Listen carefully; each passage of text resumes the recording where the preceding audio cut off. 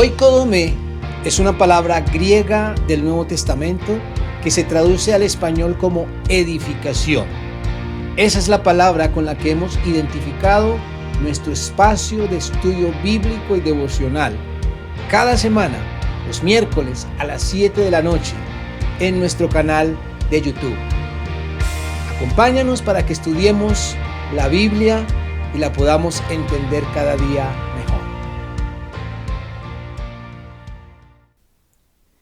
En este mundo en el que vivimos, siempre estamos pendientes de los peligros que nos rodean. Vivimos en un mundo peligroso. Sin embargo, muchas veces no ponemos atención a algunos peligros, pero que son internos, algunos peligros propios del ser humano, que también nos acechan, pero desde adentro de nosotros mismos. Los proverbios que leeremos en esta oportunidad nos dejan ver algunos de esos peligros internos. Les invito para que abran sus Biblias en el capítulo 15 de los Proverbios y leeremos los versículos 15, 16, 17 y 18. 4 proverbios, 4 versículos que nos hacen conscientes de nuestros peligros internos. Dice así la palabra de Dios: todos los días del afligido son difíciles, mas el de corazón contento tiene un banquete continuo. Mejor es lo poco con el temor de Jehová que el gran tesoro donde hay tribulación. Mejor es la comida de legumbres donde hay amor que de buey engordado donde hay odio. El hombre iracundo promueve contiendas, mas el que tarda en airarse apacigua la rencilla. Estos proverbios, repito, nos dejan ver y nos hacen concientizar de algunos peligros que vienen de adentro de nosotros mismos. Y quiero que los miremos de una manera detenida. El versículo 15, primero de estos proverbios, dice que todos los días del afligido son difíciles. Por supuesto, no es una afirmación de una realidad, sino de lo que el afligido percibe como realidad.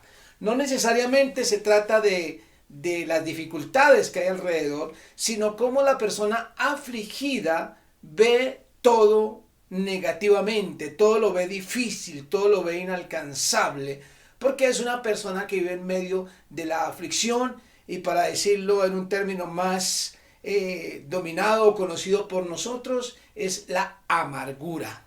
Ese es el primer peligro interno del que nos hablan estos proverbios, la amargura. La amargura hace que la persona viva pareciéndole que todo es difícil, que todo está oscuro, que todo es doloroso, todo es sufrimiento, porque la amargura le hace ver la vida de una manera difícil.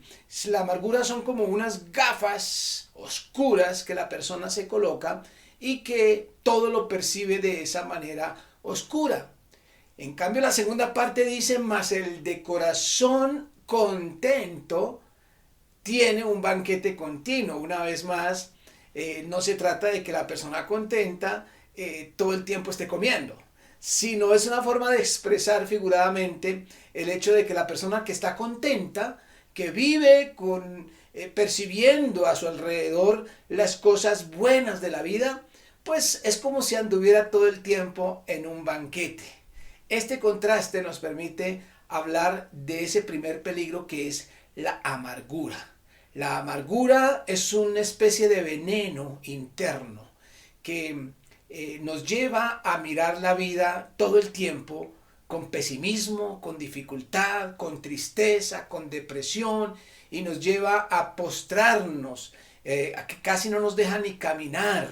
La vida no tiene muchas veces sentido para la persona que vive en esa amargura, en esa aflicción, como lo dice este proverbio. Es una realidad que seguramente todos hemos experimentado, todos hemos pasado por diferentes dolores y dificultades, Todos hemos vivido días amargos, días difíciles, indudablemente, porque el sufrimiento y el dolor es parte de nuestro vivir diario. Sin embargo, en muchos casos, esa amargura, ese dolor, esa tristeza, esa aflicción, se convierte en el mundo de la persona, como que de eso depende todo su caminar, y por eso su vida se convierte en algo difícil de sobrellevar.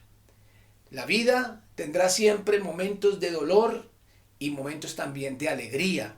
Hay cosas difíciles y malas que suceden en este mundo, pero también hay cosas bellas que disfrutar, hay cosas hermosas que agradecer, y siempre viviremos entre el dolor y la alegría. De tal forma que el dolor y la alegría se convierte como en una batalla interna para nosotros. Siempre estamos entre la risa y el llanto, entre el jolgorio y las lágrimas. Pero ¿de qué depende que la vida se convierta en un banquete continuo o se convierta en dificultad todo el tiempo? Depende de nuestros ojos, depende de la forma como vemos el dolor y como vemos la tristeza. ¿Qué es lo que más afecta a nuestras vidas? En esta lucha, en esta batalla entre la alegría y el dolor, siempre está de por medio nuestra capacidad para dar gracias, para disfrutar y poder ver las cosas buenas de la vida. La batalla entre el dolor y la alegría depende de los ojos de quien lo vive.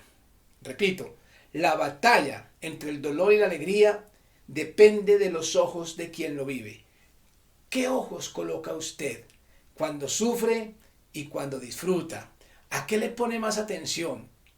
Y creo que hay un elemento fundamental para que esta batalla sea ganada por la alegría, y es la capacidad de agradecer, la disposición a estar siempre buscando las cosas buenas y bellas para decir gracias, Señor, porque tú me permites la vida, porque tú me permites respirar, porque tú me permites, no sé, la familia, el trabajo, el bienestar, incluso el placer, el poder disfrutar de la vida, poderle dar gracias a Dios por todo lo que disfrutamos.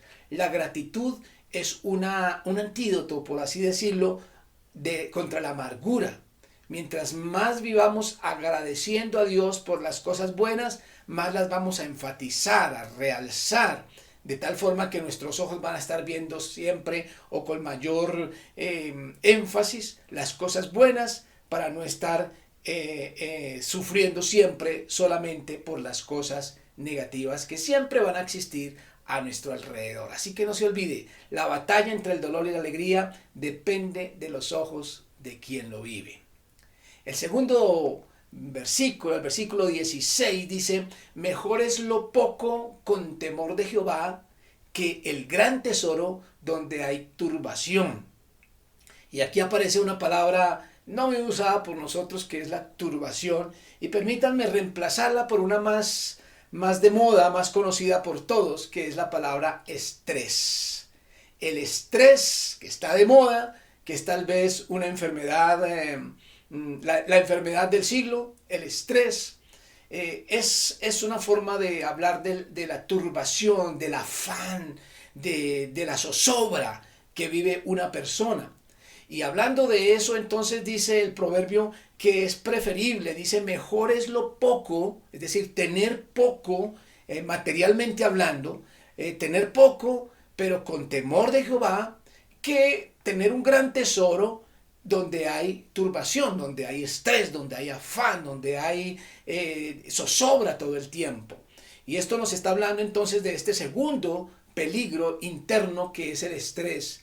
El estrés, al igual que lo decíamos de la amargura, es como una especie de veneno que nos va quitando la paz, que nos quita la tranquilidad, que nos quita la capacidad de disfrutar la vida, de descansar, de dormir, de saber lo que es el descanso también, y poder dormir tranquilamente.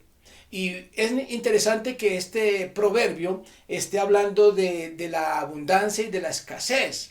Porque si hay algo que produce estrés al ser humano, es la búsqueda de posesiones, de riquezas, la búsqueda de satisfacer necesidades o caprichos.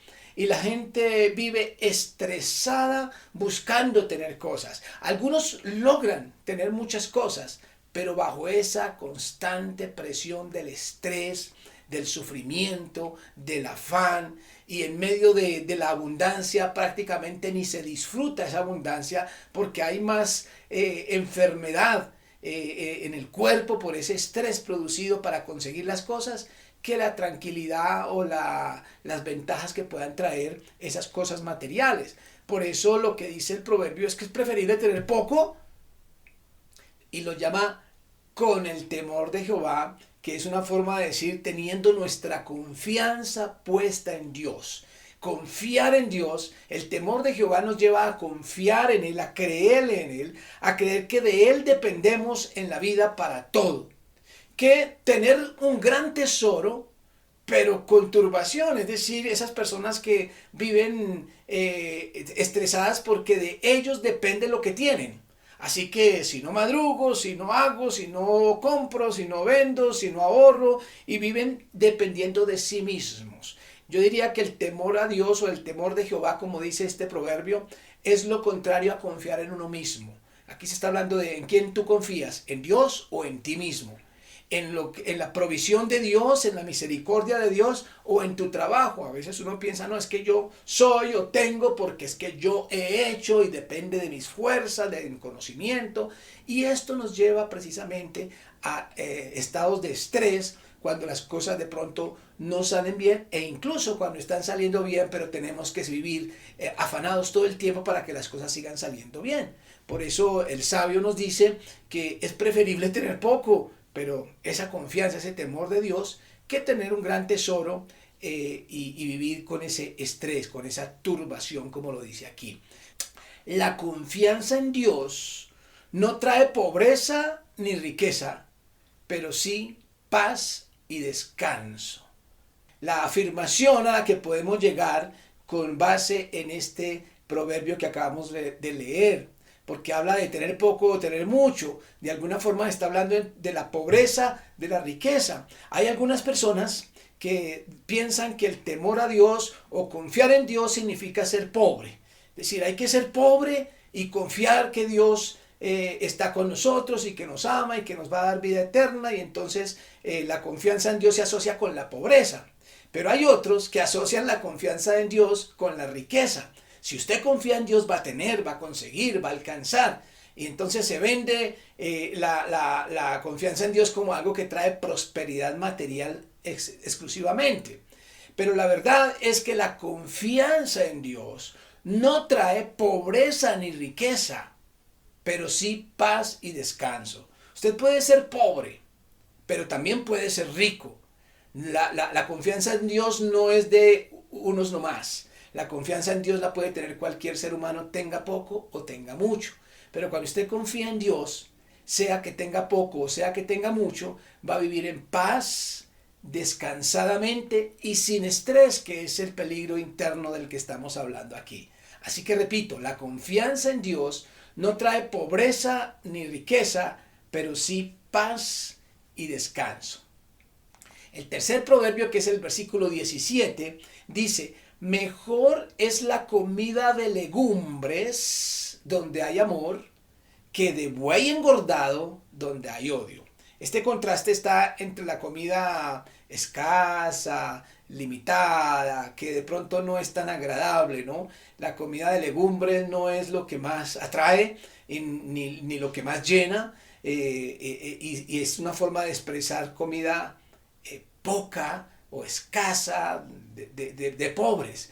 Y dice que es preferible, dice que es mejor esa comida de legumbres donde hay amor, que comida de buey engordado, es de carne, de esa comida que sí produce placer disfrutarla, pero donde hay odio. Noten el contraste que está hablando aquí. Comer bien, pero llenos de odio, o comer escaso, pero llenos de amor. Este proverbio nos permite hablar de un tercer peligro interno que tenemos, y es el odio. El odio es algo que nace frente a las situaciones que nos rodean y que la injusticia y todas las situaciones de dolor que nos rodean y que nos generan desprecio u odio hacia las personas, o sencillamente los desencuentros, los resentimientos, las injusticias, los maltratos que hemos vivido, diferentes situaciones en la vida que nos producen odio, salen por naturaleza esos odios que se engendran, que se cosechan, que se mantienen allí en lo profundo del corazón. Ese odio que no nos deja vivir en paz es también un enemigo interno. Obviamente el contraste, claro, es con el amor, pero hay que hablar de cuál amor, porque el odio crece solito, el odio nace, pero el amor del que la Biblia nos habla, tanto en el Antiguo como en el Nuevo Testamento, es ese amor que nosotros decidimos, que no dependemos de que nazca, que no dependemos de que se produzca solo, espontáneamente, sino que es el resultado de algo que sacrificamos y que estamos dispuestos a hacer para manifestar ese amor, para disfrutar ese amor. Por eso aquí el odio se presenta como algo espontáneo, mientras que el amor es algo que se decide. Y esto nos permite afirmar que el odio nace como la maleza, pero el amor se siembra con sacrificio. El sembrar es algo que implica sacrificio.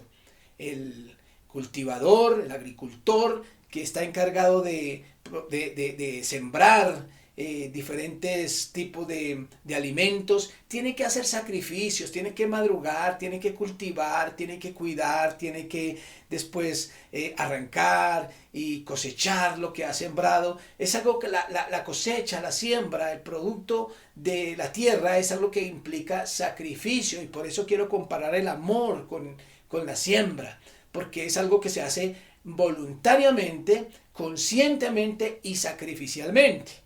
Mientras que la maleza que crece muchas veces en los campos, que nadie ha sembrado, esa crece de manera espontánea, pero por eso se llama maleza, porque no sirve para nada. Y con eso queremos comparar el odio. Repito, el odio nace como la maleza, pero el amor se siembra con sacrificio. Y el amor que se siembra con sacrificio es el que nos permite eliminar o protegernos de ese enemigo, de ese peligro interno que nos acecha constantemente. Ese amor que proviene del conocimiento del Dios de la Biblia, que nos dice que Dios es amor.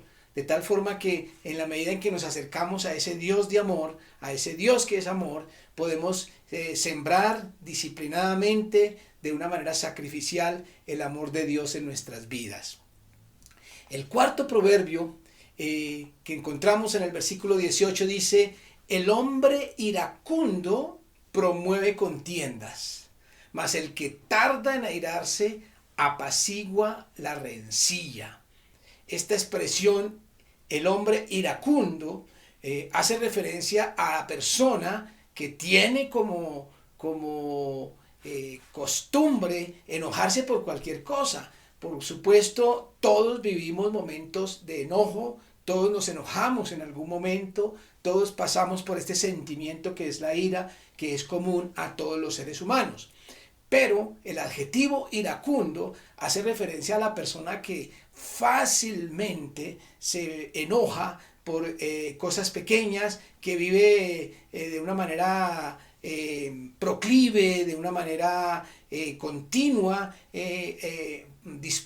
predispuesta a enojarse por cualquier cosa, como a veces decimos nosotros, esas personas que todo lo contestan con dos piedras en la mano. Esa persona iracunda que se enoja de una manera fácil es una persona que, dice el proverbio, que promueve contiendas, promueve desencuentros, promueve resentimientos, disputas entre las personas y en los diferentes tipos de relaciones. Mas el que tarda en airarse, El que se demora en airarse, note que dice, no, no dice el que no se enoja porque parece que no existe alguien que no se enoje, pero el que tarda, el que es lento para airarse, el que difícilmente se enoja, dice apacigua la rencilla. Y este es un tema que tiene que ver con las relaciones. La palabra contiendas es algo que se presenta entre personas en una relación, y la palabra rencilla es otro elemento que tiene que ver con dos partes por lo menos involucradas, es decir, nos está hablando de relaciones. La persona entonces iracunda promueve las rencillas o las contiendas, es decir, que destruye relaciones o por lo menos las obstaculiza. Mientras que el que se demora en airarse, en enojarse, es alguien que apacigua esas dificultades, es decir, que interviene para beneficio de la relación. El problema de la ira es que afecta las relaciones interpersonales, los diferentes tipos de relaciones, relación entre cónyuges, padres e hijos, amigos, compañeros, hermanos, vecinos. Todas las relaciones se ven afectadas por una persona iracunda y se ven beneficiadas con esa persona que es lenta para la ira. Permítanme entonces decir una afirmación con respecto a este proverbio, teniendo en cuenta que tiene que ver con relaciones. Y digámoslo de esta manera, salvar una relación es más importante que ganar una discusión. Salvar una relación es más importante que ganar una discusión. En las discusiones es donde salen a flote los enojos, las iras, y siempre por tratar de imponernos en una discusión, por tratar de vencer en un argumento, de mostrar que tengo la razón, o muchas veces simplemente por reclamar derechos que me han sido vulnerados, prefiero manifestar mi enojo y prefiero imponerme a los gritos o con malas palabras o con ironías, manifestando de alguna forma esa inclinación a la ira. Pero cuando yo pienso que la relación que tengo con esa persona es más importante que el argumento, es más importante que ganar en la discusión, es más importante que incluso el derecho que tengo y que me está siendo vulnerado, y valoro la relación por encima de todas las cosas, estoy mostrando que estoy siguiendo el ejemplo de Dios. Dios envió a su Hijo al mundo para reconciliarnos con Él, porque lo más importante para Dios es la relación que tenemos o que tengamos con Él.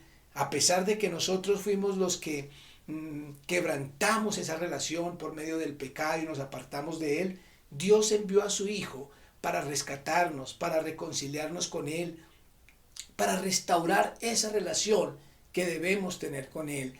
A pesar de que el derecho es de Él, a pesar de que la razón es de Él, a pesar de que la santidad es de Él, a pesar de que la fidelidad es de Él, que nosotros somos los que nos hemos portado mal, Él dejó a un lado eso y entregó a su Hijo por amor para salvarnos.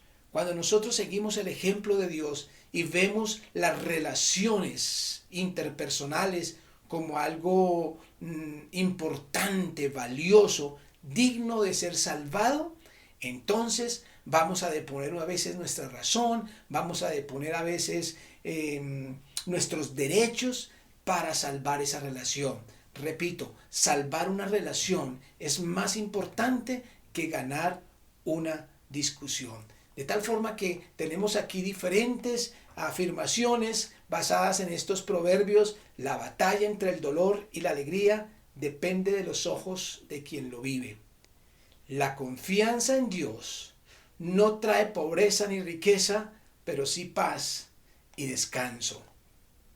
El odio nace como la maleza, pero el amor se siembra con sacrificio. Y cuarto, salvar una relación es más importante que ganar una discusión.